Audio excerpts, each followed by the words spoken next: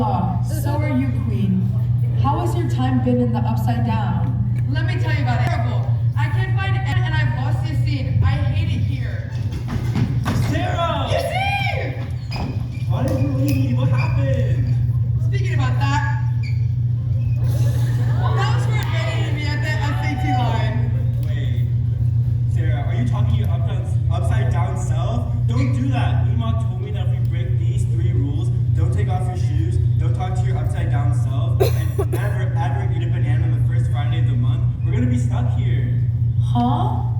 You're gonna trust that girl? Let me tell you guys something. She's tricking us.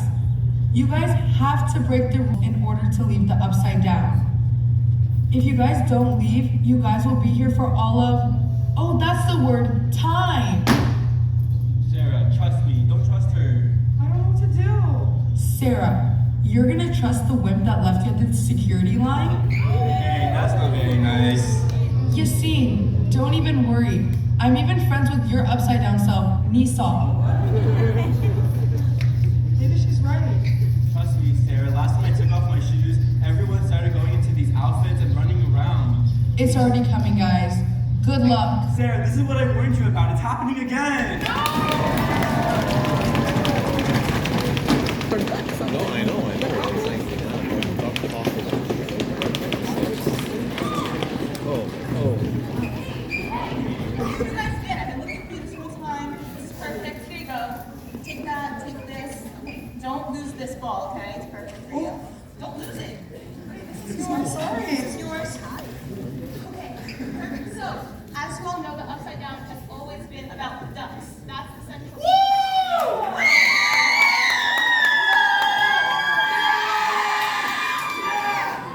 now, without further ado, we're going to be presenting Duckpocalypse, written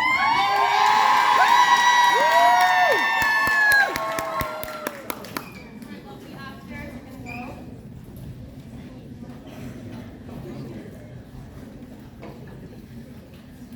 Okay, let me set the scene for you guys. Scene 1, 4 a.m., an empty subway station in New York City. Hey, at least we beat the afterward crowd, right, Ange? I'm not sure if getting free reign over the really padded seats on the train is a good enough consolation prize for having to work 8 straight hours a month unpaid overtime. I don't really care what Mr. Peterson does in his free time, but anything that creates that much copious amounts of green poop just can't be good. I was so excited to actually work in the mayor's office, but there's something deeply unsettling about how many baths that man takes each day, and how yellow he makes the water look afterward. She pauses and shudders. It changes a person. Ray grunts in agreement, and the two wait for the train in a comfortable silence. As the two are waiting, a portly old man waddles up next to them. He has wispy white hair styled into a painfully obvious comb-over. Hiya there. The name's Larry. Ray and Angie glance at him, and then at each other, and then back at Larry to offer up terse, polite smiles before looking away. You just gotta love the feeling of a subway station this early in the morning. Or is it late at night? Oh well, doesn't matter either way, I suppose. You know what they say, time is an illusion. Ha ha ha. Oh, how rude of me. Let me introduce myself. My name is Larry Stampolopoulos. Now, I'm a bus driver by trade, so don't tell anyone I said this, but I think I have a bit of a love affair with trains. He stares lovingly in the distance while he continues to speak, oblivious to Ray and Angie's obvious discomfort. Yup, these babies just have the type of engineering you can't ignore. So sleek and efficient with a caboose that just won't quit. Though I must say that buses do have a multitude of marvels themselves, from their intricate engines to beautiful frames. Hey, if you guys ever need to catch a ride, make sure you take the D line. I'll tell you all about the history of buses. That's nice. Yeah, nice. Oh, I see. Just because I'm some lousy bus driver doesn't mean that I'm any less interesting or intelligent than you. I'll have you know that there's a lot more to Larry Stampolopoulos than what meets the eye. He pauses his rant to quickly glance over at Ray and Angie's expressions. Though they look slightly more apologetic, there's an overwhelming appearance of boredom on their faces. He puffs his chest out and continues.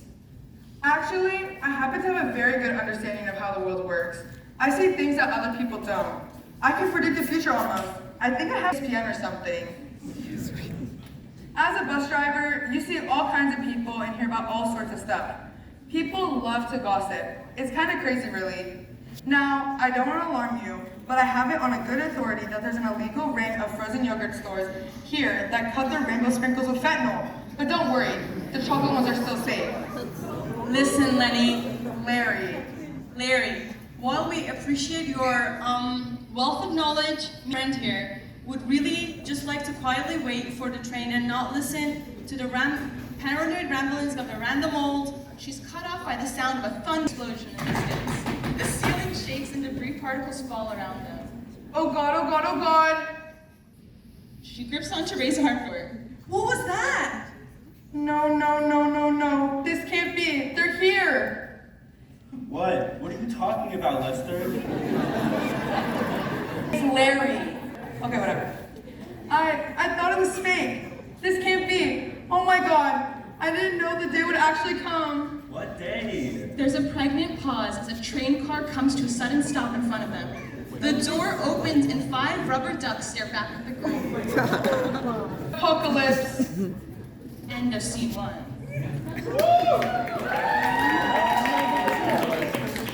Scene 2, 10 minutes later in a subway car.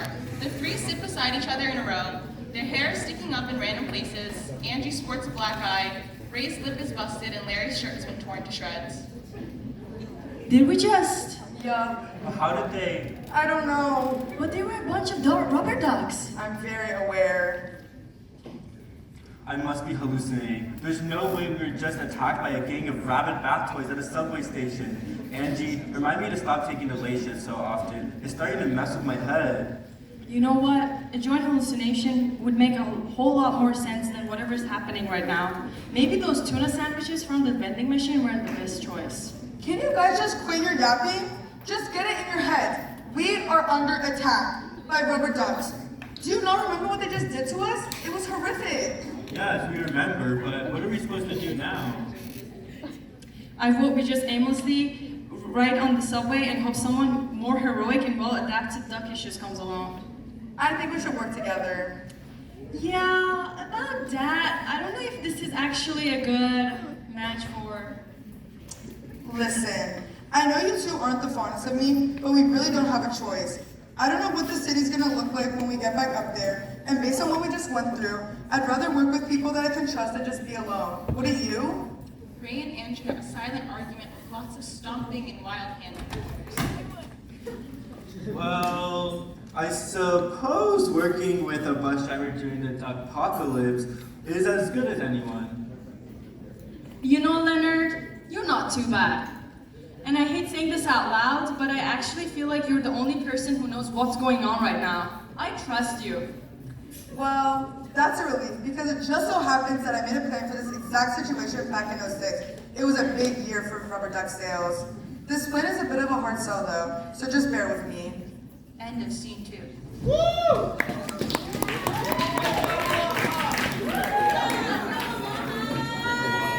2 hours later, the streets of New York. We've been walking forever. Where are we even going? I told you that we're looking for an abandoned bread factory. Now quit your whining and stay on the lookout. What is there even to look out for? She gestures haphazardly to the nothingness around her. There's literally nobody around. It's just debris and fallen buildings. We're alone, and not even rats are scurrying around anymore. Larry, next time you formulate a master strategy to save the world from a rubber duck and takeover, try to actually include directions. Sorry for just trying to make a difference in the world, jeez. It's not my fault that there are a lot more bread factories open back when I was making this whole thing up. Oh, what a shocker. There aren't any abandoned bread factories in the middle of freaking New York City. The next thing you're gonna tell me is that they closed down all the picture shows as well. I swear I never got this much sass when I was just driving my beloved bus. I just let people on and off. On, off, on, off, on. Larry! Sorry. Sometimes I just get carried away with all this bus talk. You know how it is. Listen, I'm not sure if it's still standing, but I do know of a bread factory nearby. We can take a shortcut through Central Park to get there. The entrance is right here. The group walks towards the entrance gates. All of a sudden, they hear a loud splash and vicious clacking. I'm pretty sure I recognize it from the mayor's office. It all makes sense now. The goo, the weird architectural planning, and all of the baths he takes. What? Oh no, not again.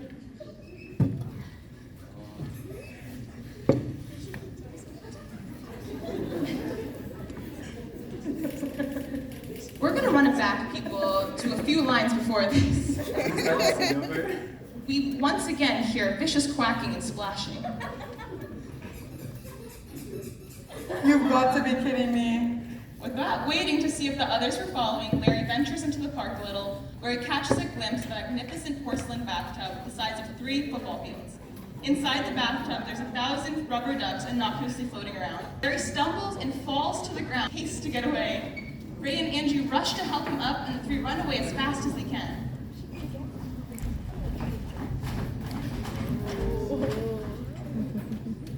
Holy shit! That was crazy! I'm pretty sure I recognize it from the mayor's office. It all makes sense now. The goo, the weird architectural planning, and all the baths he takes. What are you trying to say, Ray? You don't think that... He's right. The mayor started the Duckpocalypse, and unfortunately, for us. He looks up and realizes they're now in front of an abandoned bread factory with a faded duck boat. We are the ones who are going to end it. End of scene 3.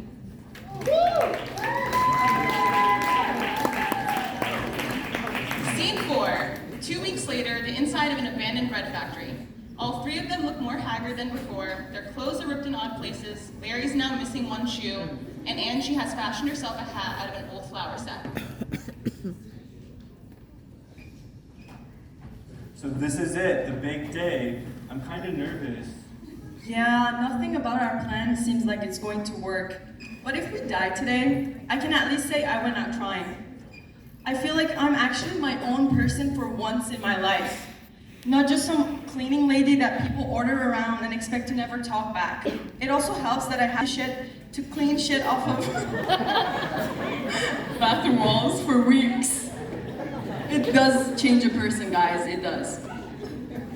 Yeah, and I'm glad we're doing it together. Oh, you guys are gonna make me cry! Angie and Ray begrudgingly let the hug go on for a little while before separating themselves from Larry. So when do we know it's the right time? All we have to do is release the vat of breadcrumbs onto the street. We wait for those synthetic mofos to flock over here, and then we burn this place to the ground. But what if we don't make it out in time? Don't worry about it. Good old Larry Stampolopoulos has a plan. I always have a plan. A silence falls over the 3 of them as he rummages through one of his pockets and finally pulls out a tie-dye golf ball.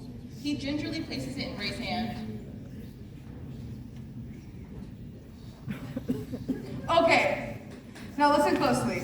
In the next 60 seconds, you are going to have to place this golf ball here. He points to the start of a surprisingly grandiose Rube Goldberg machine at the side of the warehouse.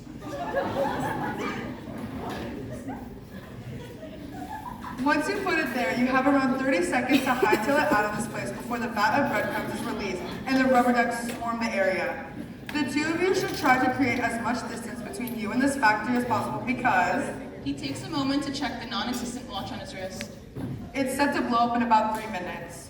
Wait, you're not coming with us, Larry? No. I'm not doing this without you. I can't. She's right. We need you, Larry. We can't do this alone. Oh, you'll be fine. We've been preparing for this moment for like the past 2 weeks. You know what to do. If we don't see you again, Don't worry about that right now. I have to go. With that, Larry splits off and leaves the group. Angie and Ray stand idle in the warehouse for a moment before immediately springing into action. Ray drops the golf ball into the start of the contraption, which slowly sets off a series of events leading up to the release of the breadcrumbs. The 2 run away as rubber ducks arrive in droves at the abandoned bread factory. The squeaks.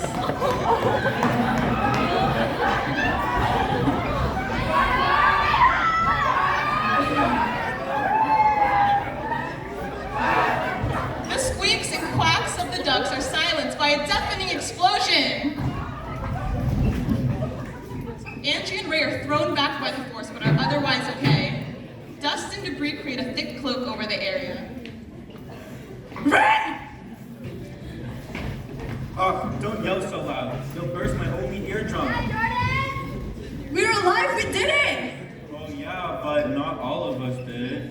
Larry? No! Where is he? I thought he'd be alright. He said he had a plan. The two friends collapsed to the ground in a devastated heap, surrounded by rubble and bits of yellow plastic.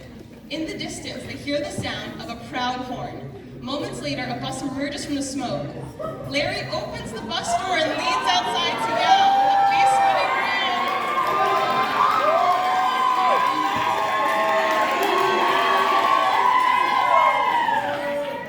Hop on, guys. I'm finally taking on the D-line. The end. Ah, that's good.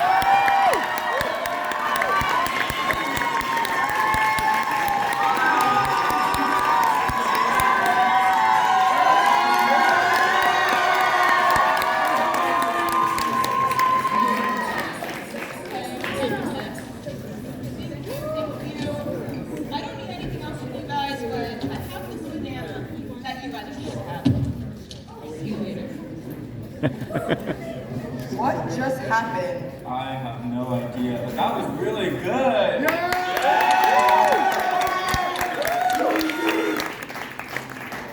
Wait, you guys are from the hookah lounge? Wait, it's the poet! You know what? Like, I was just performing and you guys blew some weird thing in my face, and next thing I know, I'm here and this weird girl gives me a banana? What's going on? Are you guys hungry? What have we gotten ourselves into, Yassine? Wait, did she say banana? Sarah, what day is it? Friday? Is it the first Friday of the month? I think so. Poet, don't eat that banana! Too late. Quick, check her mouth!